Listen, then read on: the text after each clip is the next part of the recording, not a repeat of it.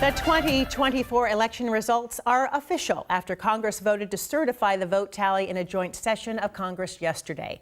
The process opening the door to Donald Trump's inauguration and his attempt to usher in an ambitious agenda. The ceremonial proceeding, a stark difference from the violence and chaos of 4 years ago when 140 officers were hurt. The president-elect has called the events of January 6th, quote, a day of love, and has promised to pardon some of the convicted rioters. Joining us now live to talk more about the transition is King 5 political analyst Rob McKenna, who has served as state attorney general. Rob, Happy New Year. Thanks for joining us. Happy New Year, Joyce. Thank you. Thank you. I want to start with the president-elect's comments today at Mar-a-Lago. He talked about buying Greenland, taking back the Panama Canal, not ruling out the use of military to do it. What do you make of those comments? Well, it has to do with his strategic view of the world. That Greenland is important because China and Russia have been making inroads in the Arctic, trying to establish claims there. And Greenland is very important to us because as a nearby landmass to the Arctic area. As for the Panama Canal, it's a little less clear to me why he thinks we should try to take it back. A, it won't be possible, and B, the handover of the Panama Canal wasn't accomplished by Jimmy Carter alone. It started under Richard Nixon, it continued under Gerald Ford, and the decision was made with supermajority support in the Senate and House of the U.S. Congress because our military felt that it wasn't tenable to try to maintain it by military force. So I think this is part of the big stick approach that he delights in using, and I don't think it's going to be accomplished. But he talks a big game, so it fits that pattern. He also said, and I'm quoting now, "All hell will break out in the Middle East if the hostages in Gaza are not returned by Inauguration Day." How do you interpret that? I think he really wants a Ronald Reagan moment, right? So Reagan was inaugurated, and right before he was inaugurated, the Iranian hostages were released in January of 1981.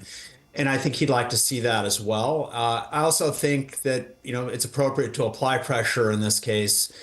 This is one demand he's making, as opposed to Greenland and the Panama Canal, that I hope he's successful in achieving. I'm sure you heard some of his claims today about what happened on January 6th, including saying that there was not a single gun brought to the Capitol that day. As we know, it's simply not true. Several people were arrested and convicted for carrying guns onto the Capitol grounds. Is this laying the groundwork for pardons? What do you make of that?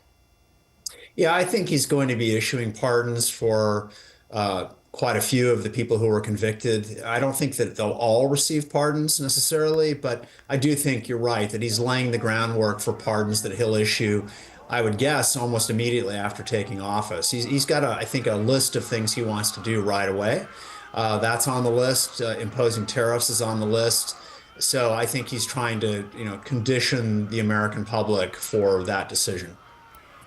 In terms of the number of untruths that he said today, why do we keep hearing these things that are not factual?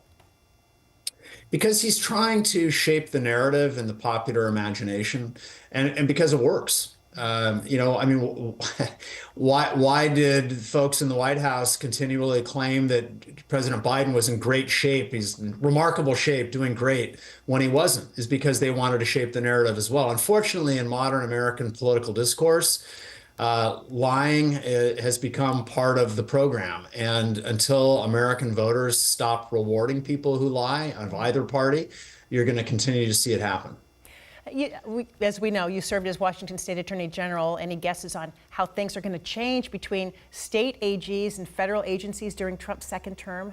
What are you thinking?